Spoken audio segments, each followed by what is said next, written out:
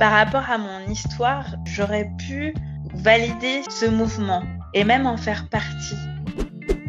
Je me suis dit, c'est des hommes bien, c'est des hommes respectables. Et pourquoi ces hommes-là devraient payer pour une minorité d'hommes qui a un comportement irrespectueux vis-à-vis de la femme?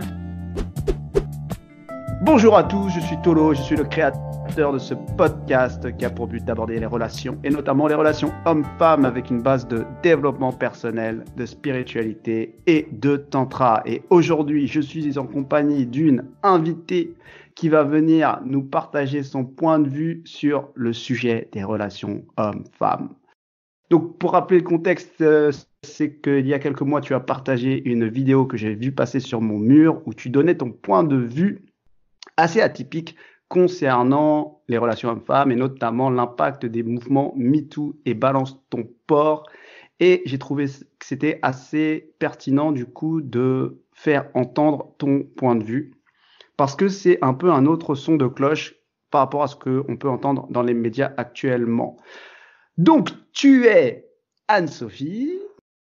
On va reprendre un peu le début du pourquoi de ta vidéo et comment toi, t'en arrives à ce positionnement-là, puisque à la base, dans ce que tu disais dans ta vidéo, il y a eu un impact, un avant et après MeToo, Balance ton porc, ces mouvements-là, et il pouvait y avoir des conséquences négatives, en tout cas dans la perception que les femmes pouvaient avoir des hommes, et peut-être que dans la perception des hommes eux-mêmes.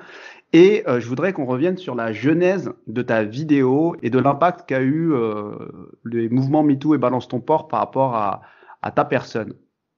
D'accord. Alors du coup, bonjour, je m'appelle Anne-Sophie. Alors comment c'est né? En fait, en observant tout ce qui se passait donc dans la société, le fait de créer les mouvements Balance ton porc et MeToo. En fait, quand je voyais ça, ça crée une sorte d'injustice. J'avais des sensations au niveau du corps physique et en fait, je me suis posé la question: «Pourquoi est-ce que je ressens ça?» et pourquoi je peux le voir, en fait, comme une injustice. Pour moi, il y avait quelque chose qui était pas, équilibré. En fait, il y avait un déséquilibre et puis je me suis rendu compte, en fait, en parlant, avec les hommes autour de moi, donc mon frère, mon compagnon, mon meilleur ami, que ça pouvait avoir un impact sur leur propre image en tant qu'hommes, vis-à-vis d'eux-mêmes et que, du coup, ça pouvait les restreindre dans leur communication et dans les échanges qu'ils pouvaient, avoir avec les femmes, que ce soit au travail ou dans la vie de tous les jours et qu'il pouvait y avoir une distance qui pouvait commencer à se créer à ce moment-là. Moi, j'ai voulu en savoir, un peu plus donc ensuite, il y a eu des choses qui ont fait que, à ce moment-là, j'étais en formation et on a eu un débat justement, là-dessus. J'étais dans une classe que de filles et on a eu un débat par rapport à ce qui se passait à ce moment-là, donc par rapport à ce sujet-là et c'est vrai que ce que disaient beaucoup les filles, c'était que, l'homme doit répondre à un archétype, en fait, où l'homme, doit être, grand, beau, fort, que c'est lui qui doit travailler, qui doit prendre en charge le foyer, que ce qui se passait qu'en fait, que ça les faisait peur et que, elles avaient tendance aussi à mettre tous les hommes dans une case où il y a ce côté un peu, prédateur, un peu l'homme qui a un côté vicieux un peu pervers et du coup, elles se sentaient pas forcément en sécurité par rapport à ça. Après moi, je peux le comprendre en tant que femme, parce que j'ai vécu aussi des choses, j'ai vu certaines choses de la part des hommes où on peut avoir un angle de vue assez restreint, assez limité dans un premier temps et de se dire que voilà, il faut les fuir, ça peut être dangereux pour soi en tant que femme, que voilà, faut pas les laisser nous approcher et cetera. Mais je trouve que ça n'améliore pas les relations hommes-femmes et que ça crée une distance et que, du coup, les 2 sexes quelque part en créant cet écart, il y a une certaine tristesse, si je puis dire et on est complémentaires, en fait, en tant qu'hommes et femmes parce qu'on s'apprend beaucoup de choses Et je trouvais ça dommage, vraiment dommage. Et puis quand je voyais que dans mon entourage, c'était des hommes qui, voilà, peut-être regardaient des femmes, qui les trouvaient jolies, etc., mais sans avoir ce côté prédateur, pervers ou quoi que ce soit, je me suis dit, c'est des hommes bien, c'est des hommes respectables. Et pourquoi ces hommes-là devraient payer pour une minorité d'hommes qui a un comportement irrespectueux vis-à-vis de la femme? Après, c'est aussi à la femme de se responsabiliser et de mettre des barrières, d'avoir accès à son ressenti, de pouvoir faire la différence. Ça, je comprends, c'est pas à la portée de tout le monde parce que c'est pas forcément évident. D'essayer de voir au niveau de son ressenti, si tel homme peut me faire sentir en sécurité ou si celui-là, je ne le sens pas. Hmm. Il y a ça aussi à gérer. Ok, mais est-ce que toi, du coup, en tant que femme, les mouvements MeToo et Balance ton port, est-ce que c'est quelque chose que tu as perçu comme un mouvement juste qui reflétait une réalité?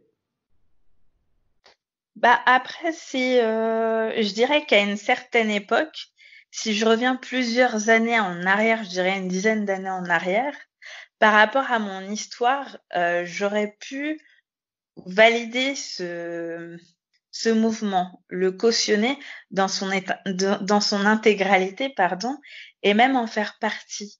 Parce que tout ce que je voyais autour de moi n'était pas forcément des choses positives. Au moment où ce mouvement est arrivé, en fait, j'estime avoir pris assez de recul, de détachement, et que j'ai eu une autre perception des choses, une vision plus large, qui m'a fait comprendre que je comprenais ce mouvement, mais en même temps, j'avais envie de contrebalancer la chose parce que j'avais pas envie que justement des hommes innocents puissent souffrir par rapport à ce mouvement-là. Moi, en tant que femme, si on créerait, ce qu'il y a déjà d'ailleurs, des mouvements anti-femmes dans la même thématique un peu, moi, en tant que femme, je ne cautionnerais pas ça du tout, qu'on puisse me comparer à d'autres femmes et qu'on mette toutes les femmes dans le même panier. Durant une époque, donc au moment où ces faits sont arrivés, j'avais peur des hommes et je ressentais beaucoup de colère Hmm. vis-à-vis des hommes. Et puis, il y a eu ensuite plein de choses qui sont arrivées qui ont fait que je pense totalement différemment maintenant. En fait, c'est intéressant parce que la raison pour laquelle moi je te pose cette question-là sur ton vécu personnel, c'est que je pense que déjà il peut y avoir des hommes pour qui cette réalité, c'est pas qu'elle n'existe pas, mais c'est que on se dit que c'est vraiment, vraiment déjà entre guillemets, une minorité de femmes qui se fait peut-être agresser. On comprend pas en fait pourquoi. Peut-être il y a autant ce bruit-là. Donc déjà, c'est intéressant de se dire que toi, dans ton cheminement, tu as été confronté à ça, en fait, à cette réalité-là, et que ce que je comprends de ce que tu me dis, c'est que tu as dû faire un parcours personnel pour pouvoir t'élever de cette blessure, parce que je pense que c'est clairement une blessure, et pour pouvoir regarder ce mouvement et l'émotion qu'il y a derrière ce mouvement, et ce que ça génère d'une vision plus haute, on va dire.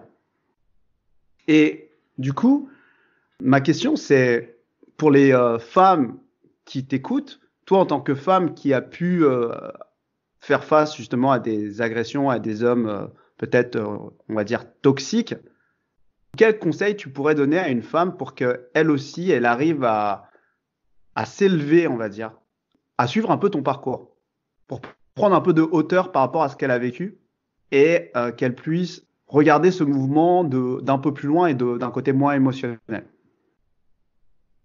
Alors je dirais, dans un premier temps, alors oui, c'est que ce serait comme faire une sorte de deuil de quelque chose.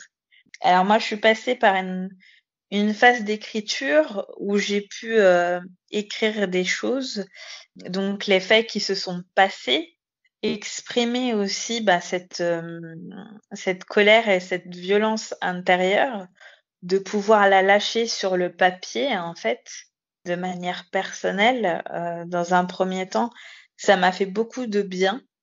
Ensuite, je dirais si l'entourage le permet, de pouvoir avoir des personnes de confiance et de pouvoir verbaliser dans un second temps ce qui s'est passé, pouvoir en parler, le dire et surtout de parler de ses ressentis, de ses émotions propres à soi. Exprimer comment on a vécu la situation ou les situations, peu importe comment elles sont. Je dirais dans un premier temps, ce sont des choses qui m'ont vraiment aidée. Puis à accepter ce qui s'est passé, à se dire voilà, c'est passé et maintenant j'ai envie d'avancer vers quelque chose de nouveau et créer une ouverture en fait, avec autrui. Après, faut aussi se dire que, ça peut être difficile parce que des fois on est vraiment, dans un engrenage et un cercle vicieux. Ce qui fait que, on reste dans ses idées, dans sa façon de voir les choses et qu'on a du mal à sortir de ce que je pourrais appeler cette zone de confort, en apparence, mais qui est en fait une zone d'inconfort parce qu'on a tendance à en tant qu'être humain, à aimer être dans un état de victime et à se complaindre là-dedans, en fait, sans en revenir à sa responsabilité et sans se dire que voilà, j'ai le choix de percevoir ce qui s'est passé autrement. J'ai le choix de rester dans cette optique-là, mais j'ai aussi le choix de me dire que bon, c'est arrivé, j'en tire des leçons de ce qui est arrivé et je sais que ça me servira et que c'est une expérience comme une autre. Après, c'est vrai que c'est difficile de créer un détachement et de ne pas être dans l'émotion. Mais l'invitation, c'est vraiment dans un premier temps à lâcher ses émotions, à lâcher sa colère. Ça peut être à travers l'écriture, ça peut être à travers le dessin, tout ce qui est du domaine artistique. Sortir toute cette violence, cette colère, cette rancœur pour qu'elle ne soit plus à l'intérieur de soi, parce que c'est vraiment un poison. Moi, je l'ai vécu comme un poison. En fait, ça me rongeait de l'intérieur et ça rendait, ma perception et mes relations aussi, elles en pâtissaient. Parce que du coup, après, dans son couple, on va devenir méfiante avec les hommes, à chaque homme qu'on va rencontrer, et cetera. Et du coup, ouais, l'invitation dans un premier temps, ce serait vraiment ça, quoi. D'accord, mais en fait c'est intéressant parce que du coup moi je suis un homme, et, comme vous l'avez remarqué, et c'est vrai que là ce que tu viens de décrire, c'est vrai que c'est une véritable démarche personnelle, presque thérapeutique.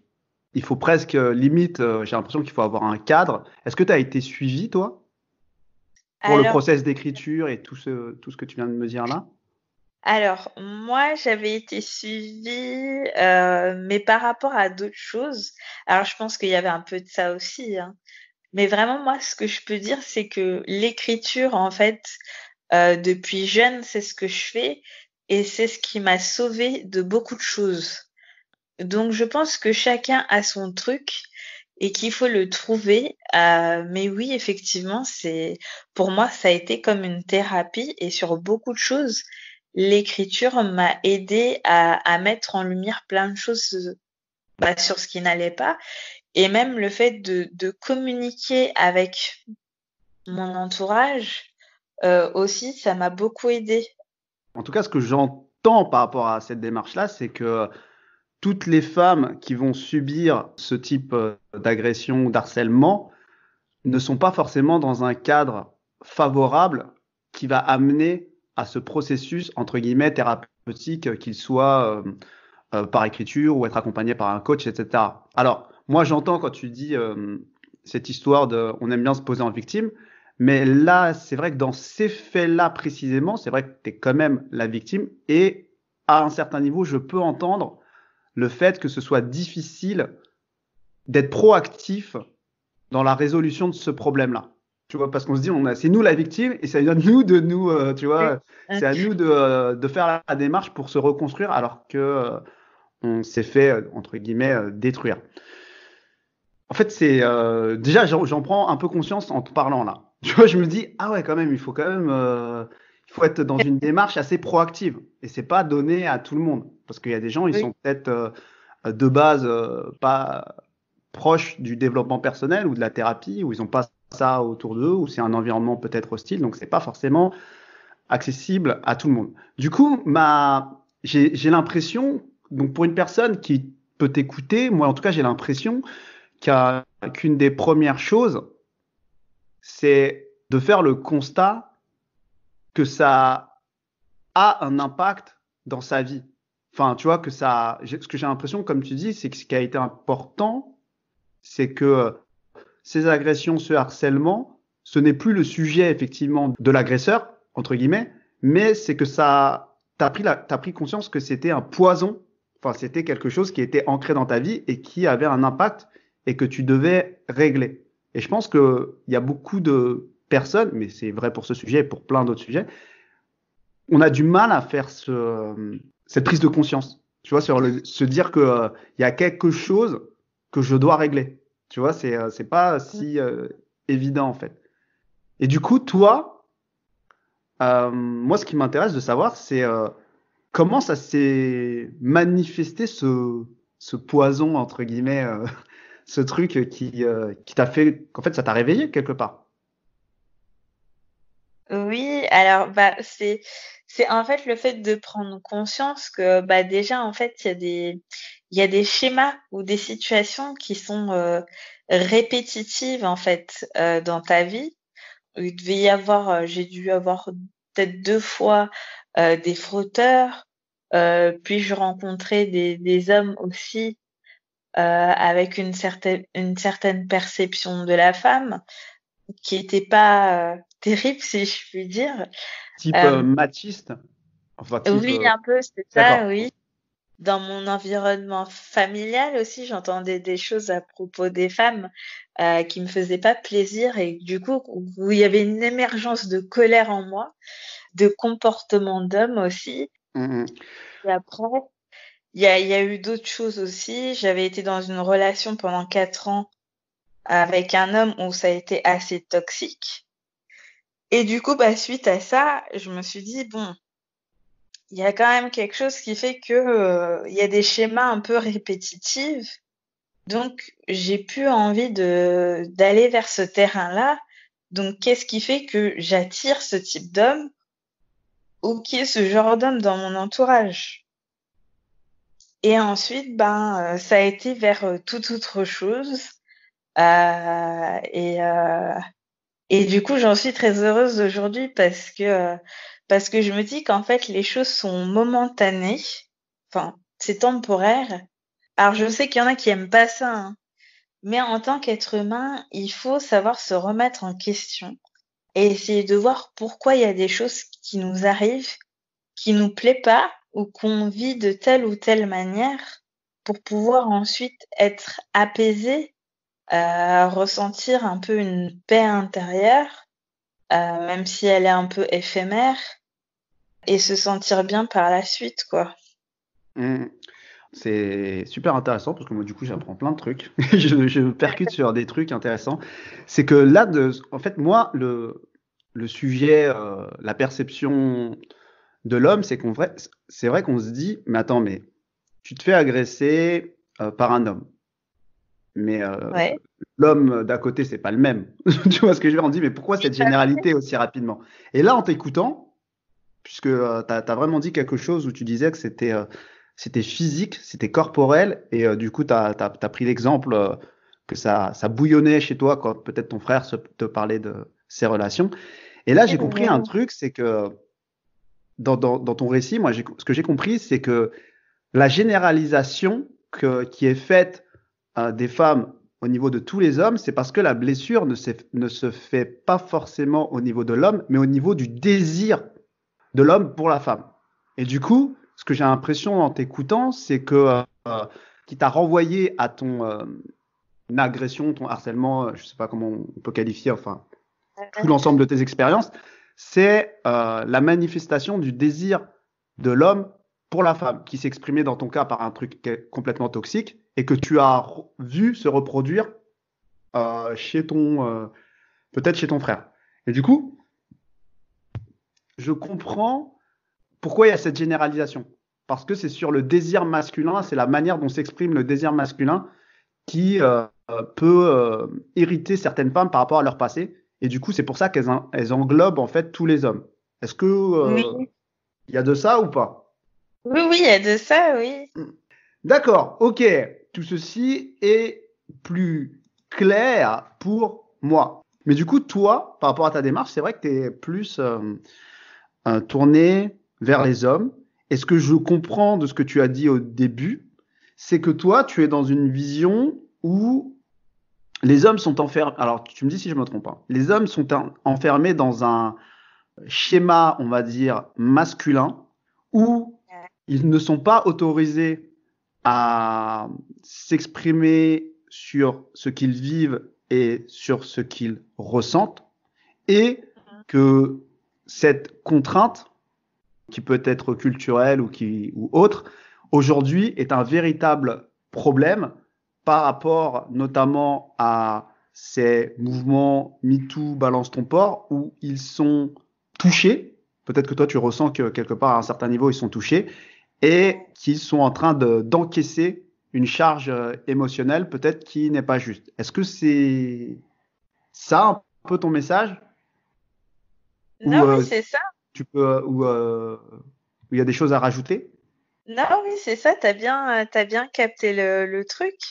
Ce serait vraiment d'inviter les hommes à communiquer davantage sur leurs ressentis et leurs émotions sans ressentir de la honte ou de la culpabilité, ou même notamment, je dirais, même si on va plus loin dans le besoin de se justifier constamment.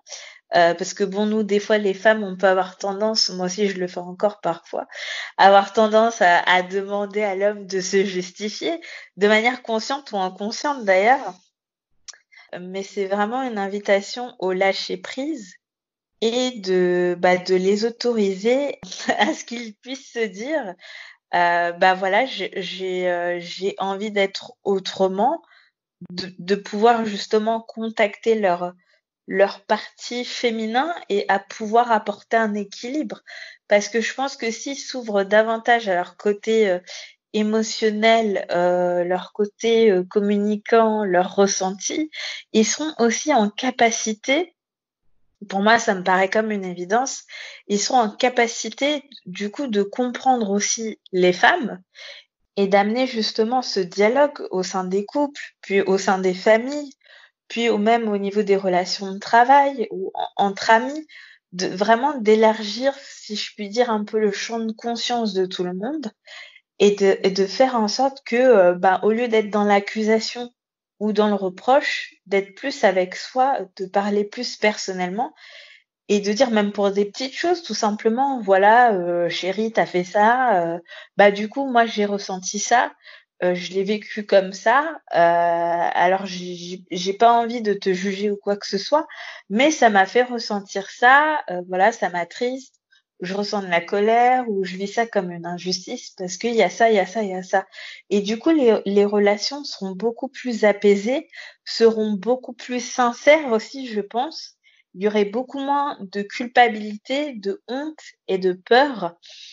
Et du coup, les femmes, pareil, peut-être que si elles se permettent d'aller voir un peu plus leur côté masculin et de pouvoir aussi échanger là-dessus avec des hommes, du coup, ça ferait un apport mutuel et complémentaire où du coup, on serait tous en paix et alignés avec notre féminin et notre masculin. Et du coup, ça harmoniserait beaucoup de choses dans les relations humaines, hommes-femmes. Et moi, je le vois comme ça. Très intéressant tout ça. Bon, on a fait quand même pas mal on a quand même balayé pas mal de sujets. C'est très intéressant. Moi, j'ai appris plein de trucs. Ouais, moi aussi. Et du coup, si vous voulez en savoir plus, n'hésitez pas à aller sur la page Exploration et Connexion. Donc je te remercie Anne-Sophie.